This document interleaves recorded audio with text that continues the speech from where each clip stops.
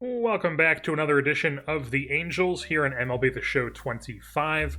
As you can see, we are here in March 2026. It is almost time for opening day against the Athletics in West Sacramento. But before we get into that, obviously we're going to take a look at what our 26-man roster looks like here heading into the season. So, taking a look at our lineups, first things first. Nolan Shawnuel leading things off as the DH, Mike Trout in right field, Lamont Wade playing first base, Logan O'Hoppe hitting cleanup and catching, Curtis Mead playing third, Luis Arias playing second, Jared Kelenic in left, Zach Neto at short, and Trent Grisham in center field, while the bench pieces are Gustavo Campera as the backup catcher, Dylan Carlson is the platoon left fielder, Vidal Brujan, utility backup, Cole Fontenelle is our corner infielder / outfielder backup, bench bat coming off the bench. That's a lot of bench saying. I don't need to say bench that many times. Move things on. Left-handed lineup. Nolan Shawnuel once again. Trout, Mead, O'Hoppe, Neto up to the fifth spot against lefties because he's much better against lefties than he is righties. Luis Urias in the sixth spot once again. Lamont Wade drops down to 7. Dylan Carlson in left field now because he's better against lefties than he is righties. And then Trent Grisham is in center field rounding things out. The only thing that changes on the bench is that Kelenic goes to the bench because Carlson goes into the lineup. Taking a look at the pitching rotation. 1 to 5, it is Kikuchi, Klassen, Detmers, Soriano, and Dana, 1 through 5. Whole reason we have Klassen going second is because I did not want to have Detmers as back-to-back lefties at the top here. I just wanted to have some sort of split between them. And I did not want to give Soriano the 2 role again, so we're going Klassen, Detmers, Soriano, then Dana. And then in the bullpen, the long man will be Sam Bachman for us this season. In the middle relief roles, it'll be Ryan Johnson, Chase Silseth, Angel Perdomo to get another lefty in the mix, and then Jack Kahanowitz, while the setup guys will be Sir Anthony Dominguez, our new acquisition, as well as Hobie Milner, the left-hander, and then in the closer role, it will be Ben Joyce.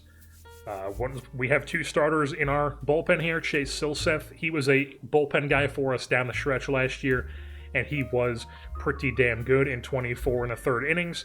So we're giving him another shot in that spot because we wanted Dana to be in the rotation over him, but we still want Silseth on the big league club. Same with Kahanowitz. If an injury happens, one of these guys will go to the rotation, and then we'll call somebody up. But for now, they are in the bullpen. Kahanowitz gives us that he throws really hard, has a bunch of break, has good clutch, doesn't walk people. It should translate to a decent bullpen arm. We'll see how it fares. Some notable number changes just to show you guys. Lamont Wade is going to be wearing number 6 for us. Not the 35 he wears for the Angels in real life, not the 31 he wore with the Giants, but 6, which is what he wore in Maryland when he was in college. Luis Urias is wearing number 2, which is what he wore with the Brewers when he first came up, I believe.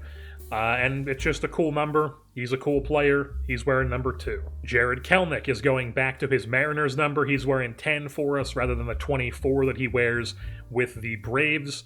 And also, Cole Fontenelle wears 24 for us. Dylan Carlson, not wearing the 15 he wears with the Orioles. I forget what he wore with the Rays. He's wearing number 3, which is what he wore with the St. Louis Cardinals when he was a top prospect and he came up and played with them. And then a number change in the rotation. George Klassen was wearing 91 for us last year. That was simply because he wore 19 at the University of Minnesota. Kyron Paris wears 19 in our roster, not currently on the roster, but I just didn't want to take him off 19. So George Klassen is wearing 23, which he has worn in the minor leagues in Philadelphia's system, I believe. I want to say he wore it with Clearwater. And then Sir Anthony Dominguez here, he's worn 56 with the Orioles. I believe he wore 58 with the Phillies. Both of those are taken here, so he's wearing 54 for us. And then Hobie Milner has worn a bunch of different numbers throughout his career, but he wore 41 with the Rangers. He wore 55 when he was at the Brewers for the longest period of his career. So 55 is what he's going back to here with the Angels. Another quick little tidbit here. Logan Driscoll is currently our catcher number 3. He is on the 40-man roster. He is down in AAA for us this season. It is him and Cooper Ingle, who we picked up in the offseason. Cooper Ingle, I think, is the better player. Pretty obviously here. He was available in the offseason, so we picked him up as one of those catchers that the CPU teams just don't value for whatever reason. We didn't treat ourselves to one of the B potential guys, but we got this guy who I thought was a decent player as well. But Logan Driscoll here is currently on the 40-man roster as our third catcher. He was already on that because we claimed him off waivers last season. And now I'm thinking that we might already be trying to look to move on from him and maybe even send down Gustavo Campero to be our third catcher and then DFA this guy, get him off the 40-man, keep him in the organization, though, probably, because if we go and look at waivers, we've got some options here, some catcher options. Two of them stand out to me. One of them is Eric Haas, formerly a 20 home run hitter for the Detroit Tigers in 2021, that dreadful roster where he hit a bunch of home runs with a 286 OBP, and was, he was a decent hitter for those two Tigers teams in 2022 and 2021, but he's 33. Is he really somebody we want to have as our backup catcher? Doesn't have the greatest discipline or anything to go with it. He's got some pop, but there's not really much to go with it. Or we could go with New Jersey native Matt Thaiss, who is a lefty-righty, 98 plate discipline, 64 power against righties, and then just a terrible bat against lefties. But that's fine. I think we're leaning him. I think we're leaning Matt Thaiss here, bringing him back to the Los Angeles Angels. The organization that he started his career with was here for quite a long time, out of the University of Virginia. Obviously has no options, has one more year of team control after this, but I think he is a solid catcher to have. There's also Chadwick Trump, who is whatever. He's basically a better defensively than Eric Haas, but doesn't have as much pop as Haas. I guess they're pretty similar bats, but Haas has some more pop for sure. Yeah, for sure. So do we want Haas, who has serious pop, or do we want Matt Thaiss, who has that plate discipline, but is terrible against lefties? And then just a reminder, our current backup catcher is Gustavo Campero, who we do like. I think he's a decent player. He's 28, an overager sort of guy. Taking a while to get to the big leagues here, but we still have a ton of team control on him. We haven't used any options for him, so we would have to use an option to send somebody down if we get Haas or Thaiss. But I do think that Campero is long-term our catcher number 2, and we do have a right-handed catcher. Not that he's a slouch against lefties, obviously, because he is actually better against righties. I don't know. He's just one of those guys who he sees right-handed pitching more, so he's not as good against lefties as he is righties. He doesn't have this insane split like a guy like Curtis Mead has, or a guy like Zach Neto has when it comes to lefties versus righties as a right-handed bat. But obviously better than Matt Thaiss against lefties. Not that we're going to platoon Logan O'Hoppe. We're committed long-term to Logan O'Hoppe. He's our catcher. But do we want to bring in a lefty bat off the bench in Matt Thaiss, who could be a catcher/first baseman for us? We do already have, who would you have? We have Brujan, who's a decent bat against both sides. We got Fontenelle, who's mainly good against righties. Who else do we have? We have Carlson and Kelnick platooning. And those are really all our bench bats. So I feel like we already have Fontenelle as the righty bat, or as the bat against right-handed pitching. So maybe we actually do go the other way and get Haas. Although we do have Carlson, who's that lefty masher coming off the bench as the fourth outfielder option in the platoon. Brujan's decently good against.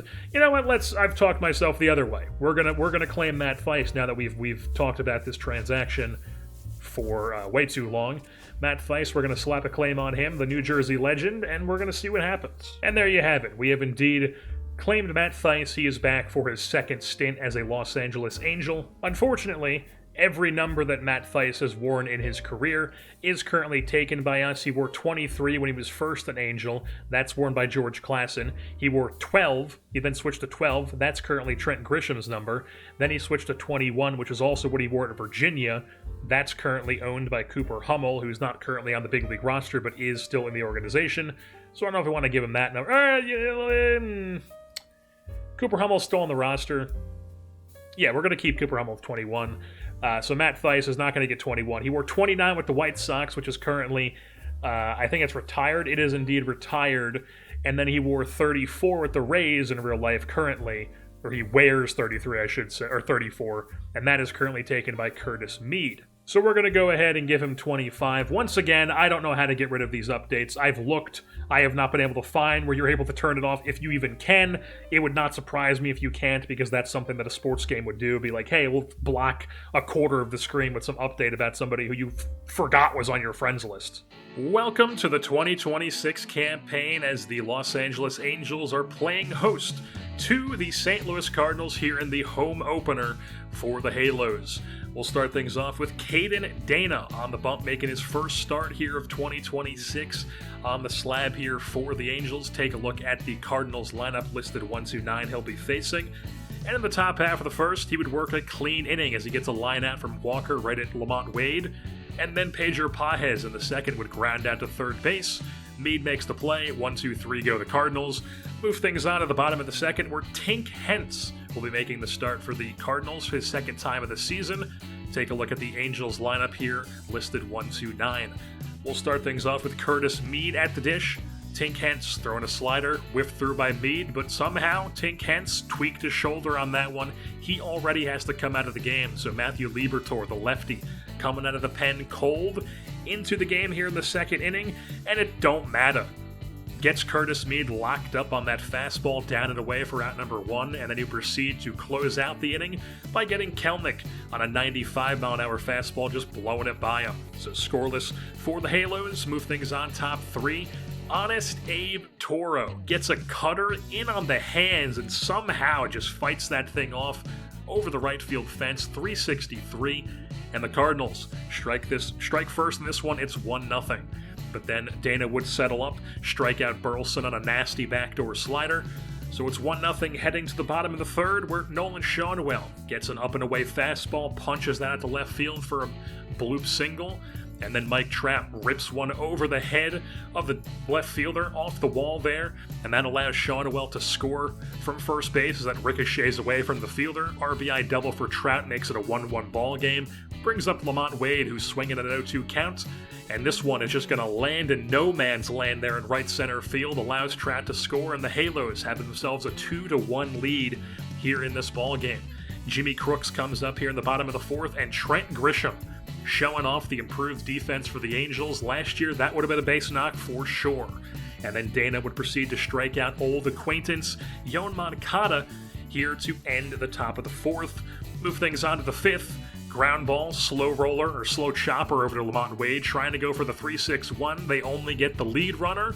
But then a line drive right back at Caden Dana, makes the snag, throws the first, and that is a double play 1-3 in the scorebook there. So still 2-1, now it's 3-1, as Mike Trout connects on a big fly here, makes it a 2-run lead, but it would not stay that for long as Honest Abe comes up in the top of the seventh, and he would do it again. Gets a changeup bottom of the zone, and then just barely enough over the leaping glove of Trout in right field. 339 down that right field line, the second solo shot of the day for Abe Toro. Move things on to the bottom of the seventh, where Kyle Leahy comes on here for the Cardinals. Runner on first, trying to swipe second. Jimmy Crooks, the catcher, nails Zach Neto at second base. Move things on to the top of the ninth, where Ben Joyce comes in with a 1-run lead, and Jimmy Crooks steps in the batter's box, and Crooks are running the asylum, folks. Throws out the runner in the previous inning, or earlier in the game, I should say, and then proceeds to hit a game-tying solo home run for his first career homer off of Ben Joyce.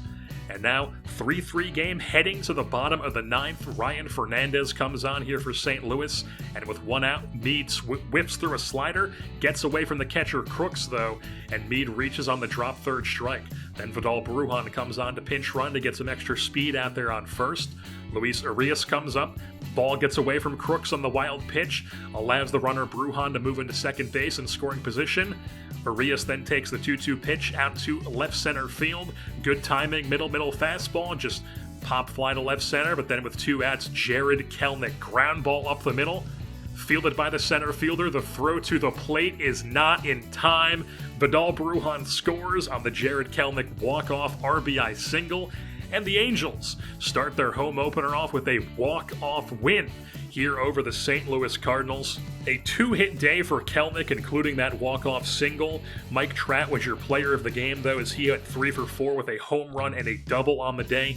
Ben Joyce blows the save, but then gets the win. Caden Dana goes 6 2/3, 6 hits, 5 Ks, no walks, and only 2 earned runs given up in his season debut. Abe Toro with 2 solo shots. Honest Abe for the St. Louis Cardinals. And then Jimmy Crooks had that game-tying home run, and then also had 2 runners thrown out on the day, but then also had the rough drop third strike in the 9th to allow the base runner that eventually scored, and then also the wild pitch, which is obviously not his fault on a pitch that far away, but rough 9th inning for Jimmy Crooks, or I guess I shouldn't say rough, I should say a we're so back, it's so over, back and forth 9th inning. The Angels hitting the road as they travel out to the land of 1,000 lakes to take on the Minnesota Twins here on Jackie Robinson Day.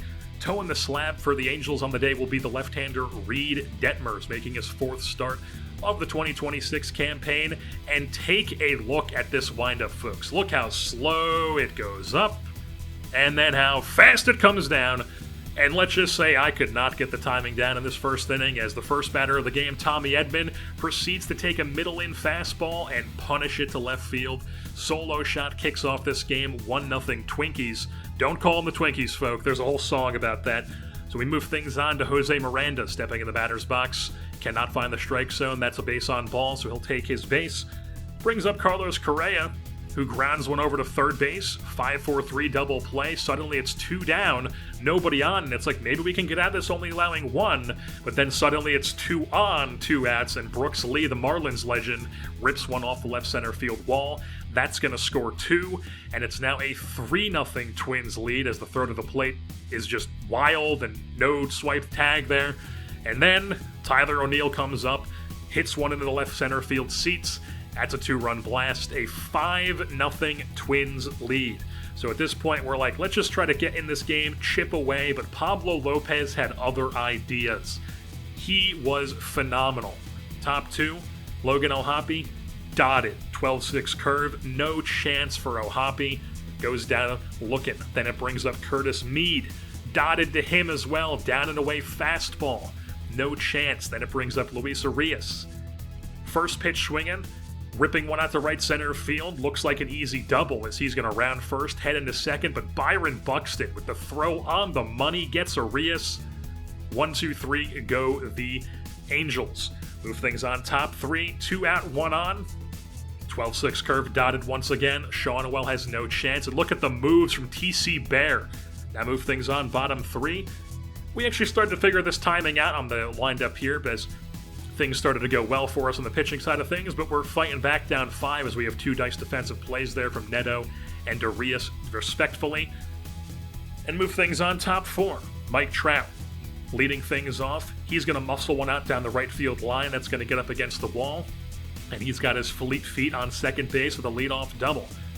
Next batter up would be Lamont Wade Jr. Dotted up and in fastball, no chance for Wade. That's 1 down. Next batter up is Logan O'Hoppe. At this point, my brain is in such a pretzel, I'm just swinging at everything. Whip through that one. Second strikeout of the inning. Brings up Curtis Mead. Nasty sweeper, no chance. 3 strikeouts, nobody scores. Still 5-0. Move things on top 5 now.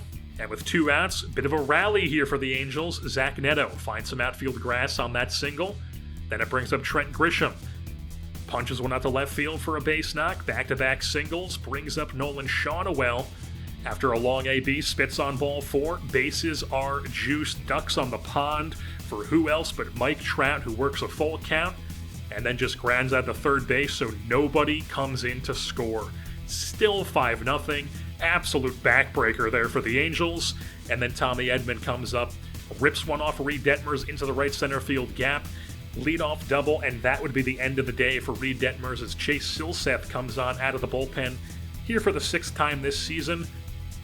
And facing Jose Miranda, rips one in, or pops one up into center field. Trent Grisham diving catch, but the runner does tag up to third base. So 1 down, runner 90 feet away, brings up Carlos Correa. Absolutely pulverizes one down the left field line. Clang!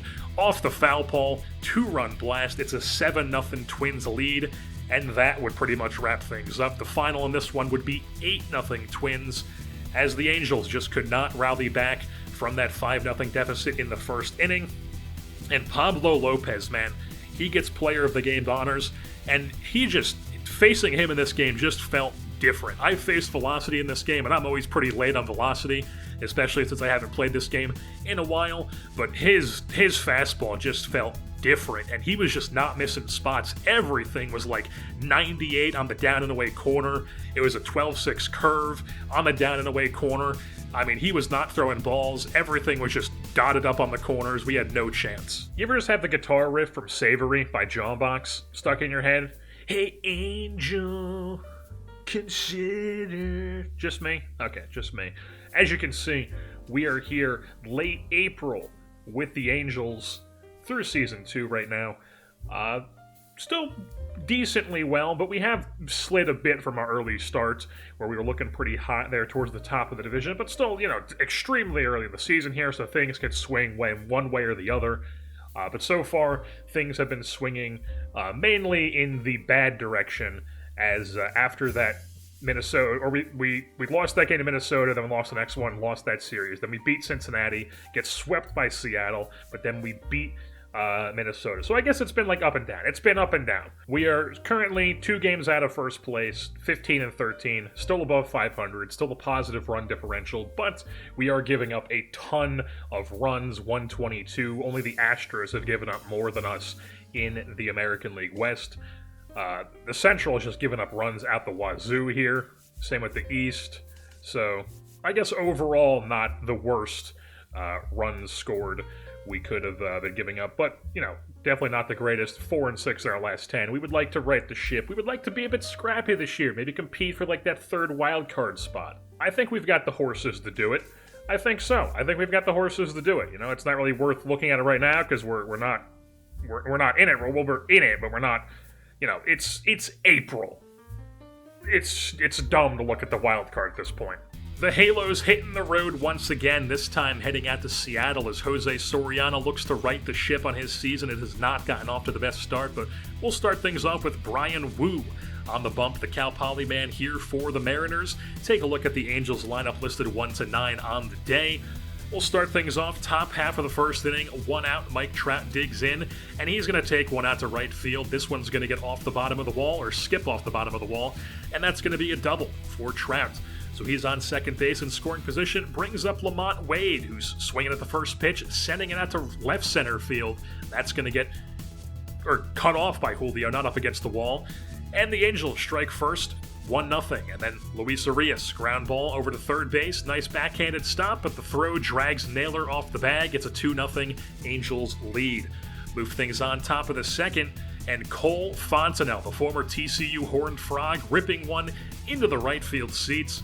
3-0 Halos, getting off to an early lead in this ball game as the Angels striking first. Move things on, bottom of the second, take a look at the Mariners lineup. Couple new faces in that for this season, including Naylor and O'Hearn. So here in the bottom of the second, the new face Ryan O'Hearn absolutely pulverizes one into right field. 3-1 ball game, a solo shot off the bat of O'Hearn as Soriano worked that clean first inning, but now here in the second gives up a home run, but then he would settle up. Strikes at J.P. Crawford on a 99-mile-an-hour fastball, and then to close out the inning, would proceed to get a Rosarena on a ground ball to shortstop, so only 1 run comes into the inning. Move things on to the third, where old friend Jorge Soler goes out to center field. This one causing Grisham to go way back. No chance on it. 4-11 to dead center. 3-2 ball game after 2 solo shots. But then the Angels' bats were not quiet. Zach Neto comes up, rips one into right center field. That's going to be a double for the shortstop. Campbell fighting Camel Man. And he's on second base. Brings up Trent Grisham with 2 outs. 2-2 count on him. Grounds one up the middle. Neto's got some fleet feet, so he scores from second base to make it a 4-2 ball game. Move things on bottom 4. It's J.P. Crawford coming up. Somehow pulls a away fastball into the right field seats. That's 3 solo shots off Jose Soriano. Makes it a 4-3 game, but it's only solo shots as he would proceed in the bottom of the 6th now to strike out Cal Raleigh for the first out of the inning. and then he would strike out Ryan O'Hearn to end the inning. Just blows 99 past him, mano-y-mano. Move things on to the top of the 8th, where Andres Munoz comes on here for the Seattle Mariners, bringing on their best reliever, a sub-1 ERA for his 12th appearance of the year. So Mike Trout digs into the box, rips one, left field, middle fastball, somehow just dies at the wall, caught by Arozarena. Move things on top 9, where the Angels do actually do something against Munoz, as Logan O'Hoppe goes at the right center field, just punches that inside slider at the right center, 2-bagger. Then with 2 outs in the inning, Zach Neto goes at the right center.